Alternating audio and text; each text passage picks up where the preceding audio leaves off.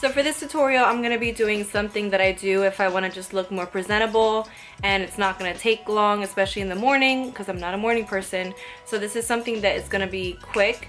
But I filmed this before, but you can't see how quick I am if I'm talking through it. So what I'm gonna do is I'm just gonna do my makeup how I would do it if I'm in a rush or something, and then you guys will kind of see like how long it takes me to do it. So yeah, I'm just gonna get into it just so I'm not talking so much. So actually I'm gonna time myself too, see how long that I actually take. Don't mind my hair. I put it in a braid while it was like a little wet, so it has like a wave to it. So, I mean, that's just my hair anyways. But anyway, so we're gonna see how long it takes me to do like a quick makeup look. So let's get into it.